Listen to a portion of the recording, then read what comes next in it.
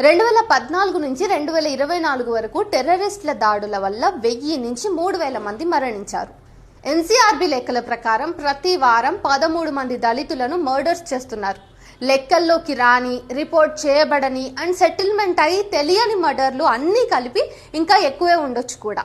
సగటున ప్రతి సంవత్సరం 800 నుంచి 1000 మంది దళితులు మర్డర్ చేయబడుతున్నారు. ఆన్ రికార్డ్ ఇవి కాకుండా అన్యాచురల్ దళిత్ మరణాలు సంవత్సరానికి 5000కు పైగానే రిపోర్ట్ అవుతున్నాయి. ఇక దళితులపై దాడులు, ఆత్మహత్యల డేటా లెక్కలేనంతుంది.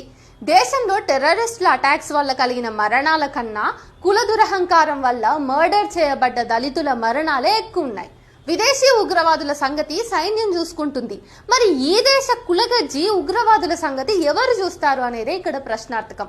ఈ కులగజ్జికి మూలం మన సనాతన గ్రంథాల్లోనే ఉంది కాబట్టి వాటి ప్రకారం దళితుల్ని తక్కువగా చూసి ఇలా దళితులను చంపే వాళ్లను సనాతన ఉగ్రవాదులు అని అనొచ్చు. అలాంటి భావజాలం ఉన్నవారు కూడా ఉగ్రవాదులే. ఈ దేశానికి బయట వాళ్ళ కన్నా లోపల ఉండే కొందరి వల్లే ఎక్కువ డ్యామేజ్ జరుగుతుంది. సనాతన ఉగ్రవాదులు ఈ వీడియో కింద కామెంట్స్ చేయడానికి కూడా వస్తారు. Let's spot them.